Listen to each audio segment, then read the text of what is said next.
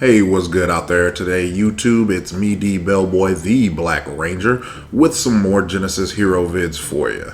So, last time we got our Death Race on with Mitch and Kuth. They're the first dual-player hero in Genesis, and their kits pretty much revolved around their driving skills and weapon skills. It is a very synergistic kit in the fact that you need to be in sync with your teammate because he is classified as an assassin. So you have to use your skills properly along with your teammate to take down your intended target. And here now is the part where you can show your love for the channel by clicking the like button, or if you like the video and you want to see more of what the channel has to offer, you can subscribe. Or you don't have to do any of that at all, actually, because as I've stated multiple times on this channel, I'm just happy with you guys watching and talking with me down in the comments. Okay, so moving on now to today's hero. This gentleman keeps to the shadows, and the only light you'll ever see is the gleam of his blade before he destroys his intended target. Everyone keep your eyes open for Nameless. Alright, Nameless. So they classify Nameless as an assassin and a mage. Nice little combination there. You got a lot of damage coming out of there. A lot of damage. Alright, so let's get into that lore and background now. Oh, if my thing wants to work here. Okay, there we go. A Ronin of the New Age, nothing much has changed in his custom. Nameless kills from the shadows and fades away. Originally from another dimension, he stays hoping advanced technology can improve his deadly skills. So, his background here. Nameless isn't really from this universe. He was warped here from a parallel dimension by a science accident. The Shadow Enclave was testing their own teleportation device when it released a burst of powerful energy that ripped apart the space-time. A vortex was created through which members of the Enclave caught glimpses of different worlds. When the vortex subsided, there stood Nameless. Not knowing whether he was friend or foe, a couple of well-armed researchers attacked Nameless, only to be killed in an instant. The Enclave befriended Nameless, promising him power and a way back to his own dimension when the war is won. Nameless has no interest in world domination.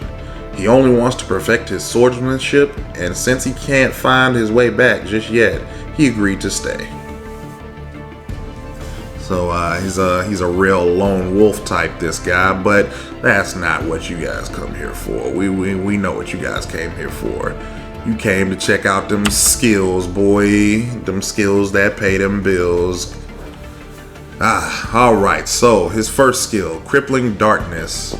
A shadow strike damages targets and silences them for a short period. Energy costs respectively 50, 60, 70, and 80 with a static cooldown of 6 seconds. Unseen Step is his second ability. Nameless lunges forward in the target direction, damaging enemies in his path. Once his movement speed reaches a certain amount, Nameless gains additional increased speed and distance, stunning enemies in his path. The third ability for him is, before that, for an Unseen Step, the energy cost is respectively 50, 60, 70, and 80 with a static cooldown of 5 seconds. And then third ability is Expert Footwork. So it increases his movement speed, and once his movement speed reaches a certain amount, Expert Footwork increases his dodge chance. And the energy cost for that is 50, and the cooldown as well is 8 seconds static cooldown. And lastly, his fourth skill and ulti is called Assassinate. It calls forth a shadow clones that deal massive damage to enemies within attack range.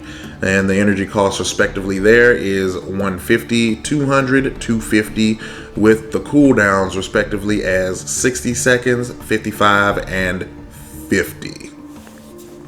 So overall, his kit, honestly, like looking at his kit is more of a straightforward assassin than anything.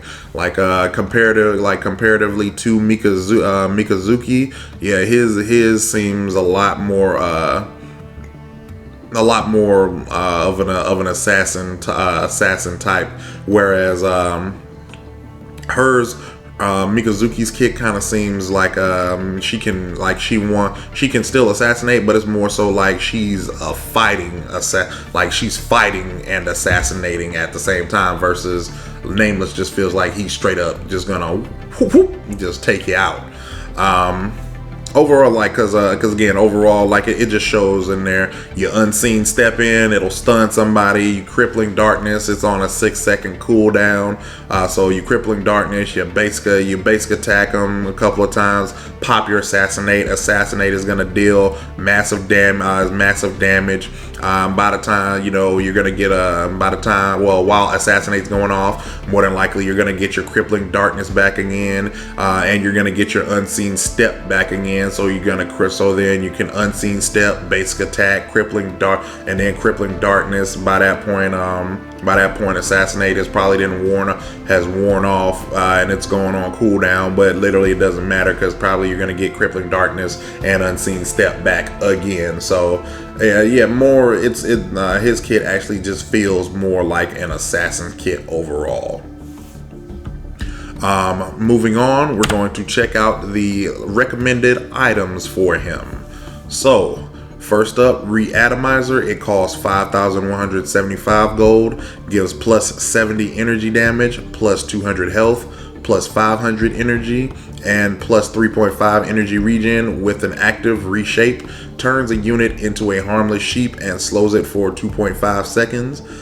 Next up is Medusa Shield. It costs 3,800 gold, gives plus 25 attack damage and plus 50 armor with the active energy flux. Grants the wearer immunity to all energy effects for 5 seconds. The movement item, Artemis Boots, costs 2,750 gold, gives plus 80 movement speed and plus 60 energy damage. With the passive Energize, it increases the energy penetration by 20. Scepter of Zeus is the fourth item there. It costs 4,700 gold. It gives plus 60 energy damage, plus 250 health, plus 400 energy, and plus 7% movement speed with the passive Divine Wrath.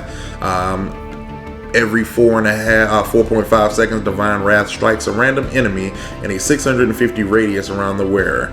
Divine Wrath deals 30 plus whatever your energy damage is times 0.3 energy damage, and reduces the enemy's resistance by energy resistance by 15 for 2 seconds. The effect can be stacked up to 3 times, and each time the wearer travels a distance of 240, the cooldown of Divine Wrath is reduced by 1 second, with a minimum of 2 seconds. As its shortest cooldown. Fifth item there that we're gonna need to take is Helm of Hades. It costs 5,500 gold, gives plus 60 energy damage and plus 20% cooldown reduction, and its passive is Curse. Abilities deal additional energy damage equivalent to 7% of the target's current health, and has a cooldown of 2.5 seconds when multiple abilities are used against a single target. Additional damage is capped at 350. And then the last item is Stormcaller. It costs 5,800 gold and gives plus 45 attack damage, plus 30% attack speed, and plus 15% crit chance with its passive Thunderstorm. Basic attacks have a 25% chance of releasing a bolt of lightning that bounces 3 times, dealing 120 energy damage. Honestly, guys, I'm gonna be very really honest. And this loadout doesn't seem like it's doing too much, because I get Medusa Shield. Obviously, we already know immunity to energy. That's not even anything we need to worry about. Helm of Hades, obviously, because he is a mage, and again, his two biggest skills are on a 6-second and a 5-second cooldown. So yeah, that's pretty much the Helm of Hades is actually pretty much paying for itself on that one. Scepter of Zeus and Stormcaller, meh. I'm really not seeing that, as well as the Reatomizer. I get it, I guess. If there's like something harmful, or if you're trying to get away, Reatomizer changes him into a harmless sheep. But as far like, yeah, like, so I can like I'll put like a question mark next to Reatomizer, but like Scepter of Zeus and Stormcaller, I'm a little meh on there, because like literally the only thing Stormcaller like that I see on there is like the crit chance, but I'm pretty sure there's like other stuff with crit chance on it that could probably do better in this kit. I don't know. You know what? Like, let me know in the comments. What do you guys think about like just recommended loadout? What would you guys take on them versus and for the build versus this? And next up and lastly, we have the skill order here. So the Crippling Darkness, which again, like we said, is going to be your main damage dealer right there. You're going to take that at level 1, and then you're going to evenly spread that out, because you want to get that as quick as possible, early as possible, so you can start dealing sustained damage. So at level 4, 5, and 7, you're going to pick up the rest of the levels for Crippling Darkness. Unseen Step you take at level 2, because again, it gives you that stun, and it allows you to cover distance. You can get in and get out. It's literally a 5-second, either it's a 5-second jump in, or it's a 5-second jump out, depending on, you know, if you want to get into combat or get out of combat. As you can see, you do want to finish up with those last 3 levels at level 8, 9, and 10, so that way you can go ahead and take extend that stun duration and the damage on it. Expert Footwork, you do want to take that, as you see, at level 3. It's fine as it is. You don't really need to worry about the dodge chance early game, because let's be honest, nobody's going to be hitting that hard. And then the speed bonus that it gives you is pretty much like enough to sustain you from early game to mid game. However, late game, you do want to go ahead and take them last 3 levels at 12, 13, 14, so that way, yeah, since it is late game, you know, carries, fighters, or whoever it is at full build, you don't get destroyed, because again, you are a assassin, which means you have a low health pool and you're kind of squishy. And then lastly, the Ultimate Assassinate, you take those respectively at level 6, level 11, and level 16. So overall, yeah, like I said, overall, Nameless feels more of an assassin than Mikazuki does. Like Mikazuki, yeah. It's not like he's one of the characters that I actually want to get more playtime on than anything. I really do like his kit. He feels the most like an assassin to me. Just overall, me, like that's just how I feel about his kit. I'm still gonna play Mikazuki, but like I said, she feels more like she can brawl it out, whereas Nameless, if you kind of catch him off guard, you can probably like just raffle stomp him. So yeah, that's Nameless in a nutshell from me. So that's gonna do it for this video, guys. If you like the video, you can go ahead and give it a thumbs up, or don't. You don't have to. Like I said, I'm just happy with you guys looking at the video, and let me know, letting me talk to you down in the comments. Again, like I said, let me know what you think about the build. Let me know what you think about Nameless overall. Is he a character you guys want to play? You know, is he, does anything on him that you think need to be buffed? You know, talk to me. We can just let me know something.